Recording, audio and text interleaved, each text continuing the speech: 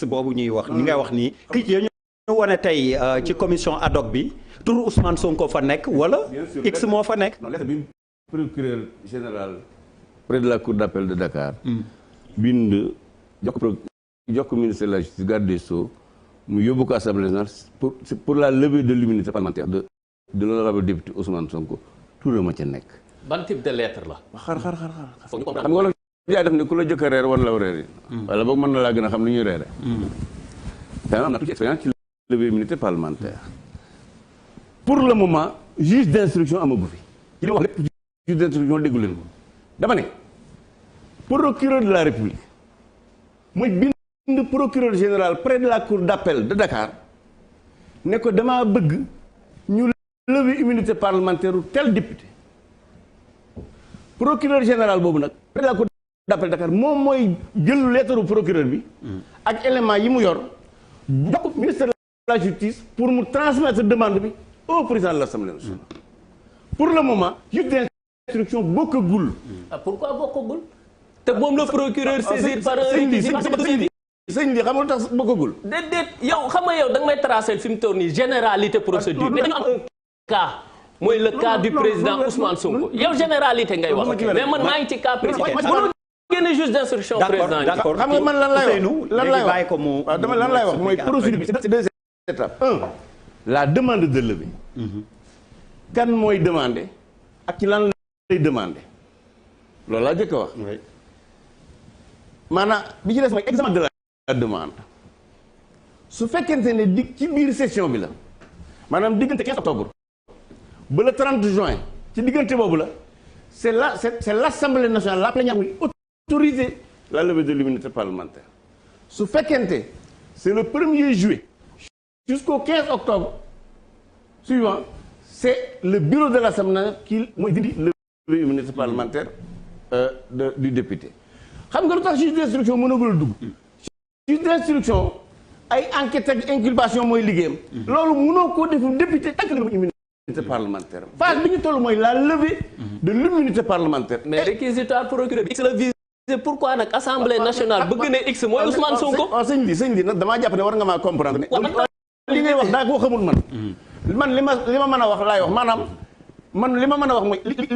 li nga xam ne ni la yoon wi jaar yow su fekkente ne gis nga ci loo xam ne wala gis ngeen ci loo xam ne jàpp ngeen ne ni mu war a jaare jaaruwu ni parce que man li may wax mooy ni mu war a jaare li ngay wax ci généralité mooy yoon bi nga xam ne ci la procureur de la République procureur général de la République ministre de garde des Sceaux ci lañu war a jaar ak yoon wi nga xam ne ci la Assemblée nationale war a jaar ba lever immunité parlementaire depuis loolu mooy yoon wi nga xam ne ci lañu war a jaar maintenant su fekkente ne gis dem ngeen ba ci biir ngeen gis ne yoon wi gaa ñi teg nañ ko fi bàyyi nañ fi yoon wi jaar ci ñàll wi su boobaa nag c'est la dénonciation foo ma ci woo ma wuyu la dal jàpp mais loolu moo am nag foog ñu nangu ni loolu moo am ci dossier bi parce que en fait mooy li mu wax di nga généralité bëri na ñuy wax ci di joxe seen avis ñu ngi ci généralité mais dañu am cas précis moo tax président Moustapha ma ne la yaa ngi ci généralité ñun ñu ngi ci cas précis parce que yow da nga ne juge d'instruction mënugul dugg mais laata d'accord na waa xaaral waa baal ma ñëw da nga ne juge d'instruction mënugul dugg mais procureur de la République balaa muy transmettre requête am procureur général mu koy jël di ko jox garde des Sceaux mu koy yóbbu assemblée mais dafa saisir le juge d'instruction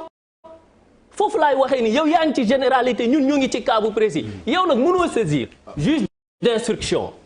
nga ne ko dañ ma am benn dossier juge bi ne la dama bëgg enquête juge bi enquête agul nga visel ko X tuddal ko benn tour ci cas dossier l'honorable député Ousmane Sonko yow xamaguñu X kan la nga sant procureur ne ko dama laa dem assemblée ñu jébbal ma Ousmane Sonko te yow si sa réquisitoire bind nga benn tour bind ci suuf X yow loo enquête agul xamagoo kan la nan nga mën a xamee à l'avance ne leen dina dindi ma kii donc foofu laay wax ne la mënoo ci génne juge d'instruction parce que saisir nañ ko 2 secondes waaw ñeneen ñi enfin mën jël parole li nga xam ne ndax xam naa ne lii moom la règlement intérieur bi prévoir pour lever immunité parlementaire wax naa leen état bi yëpp ne lii la war a doon li ma doon laaj wax débat ndax doon na ko wala doonu ko indi moom fi du ma ci wax ayca yow laay jëkk wax xam nga li tax ma ñëw ci wax sax dama am loo xam ne dama ko waroon tàmbalee ndax ay bés bee weesu suñu émission bi dañ cee mujj am bataaxal goo xam ni dafa jóge ci CNRA bu suñu doyen Babacar Diagne jiite ndax kàddu yiñ fi yëkki woon ñuy jéggalu ndax moom mu am droit effectivement taper nous sur les doigts bu dee dañu def loo xam ni jàpp nañ ni jalgati la mais jubluwuñ ci woon loolu xam nga buñ fi invité ay nit ak débat bi passionné ñàkkul ba yëkki nañ fi ay kàddu yoo xam ni ñi ngi ciy jéggalu ndax fii lañ ko waxee donc Bamba bu ñu demee sax ci deuxième partie bi incha allah li la fi indi mooy taxawaayu taskati xibaar yi dans ce dossier désormais communément appelé Sonko Adji Sarr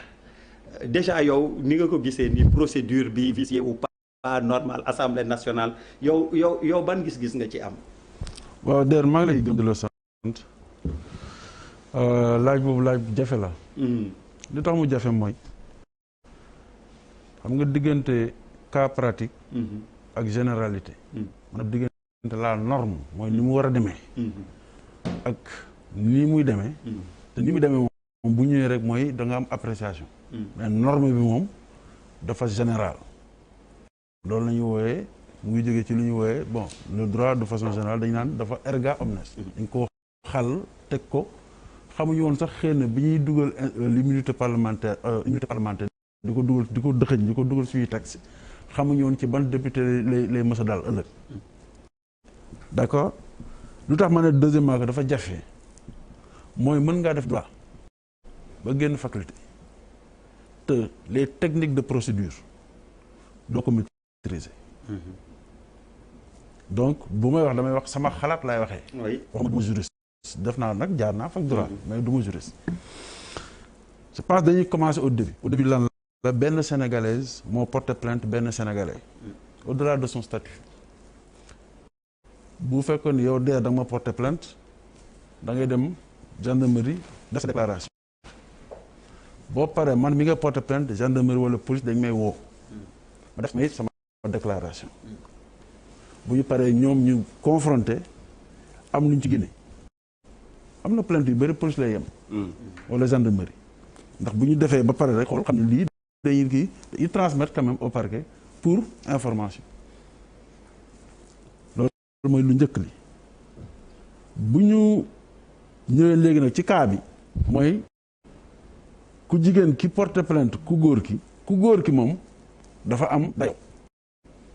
dafa nekk chef de parti ba pare nekk député à l'Assemblée nationale. y a un débat am na ñu ne parce que man maa ngi suivre rek. am na ñu ne convocation bi ko gendarmerie jox. c'était pas pour le poursuivre. c'était pour l'entendre. am na ci ay juristes yu ko defee mais mënoon na dem wuyu ji. dara du ko fa fekk. waaw parce qu'il ne peut pas être poursuivi. mënuñu ko def garde à vue. waaye mënuñu ko jàpp effectivement mënuñu ko def dara. ma ne ci li ma laaj. am na ñu wax loolu. am na yeneen juristes yoo xamante ne def waay. nee nañ déedéet. député la. ginnaaw député la. coup de téléphone sax commandant amul droit def ko. li fekk dindiwuñu immunité parlementaire mais bu ñu fàtte ni depuis procédure bi. benn sénégalaise bu ñuy wax Adji Sarr moo porté plainte benn sénégalais bu ñuy wax Ousmane Sonko. ñu dem ba ci biir ñu ne gendarmerie mi doon def enquête préliminaire bi xam naa certainement am nañ difficulté ndax mënuñu jot ci ki ñu ci le ki ñu. waaw l'accusé ki ñu plainte waaw. ñoom xëy na ñuy def li ñuy dajale jox procureur. procureur bi ñu ko joxee mu saisir juge d'instruction def réquisitoire li ñuy wax réquisitoire def naa. introductif. man gisuma réquisitoire bi est-ce que réquisitoire bi la ca ne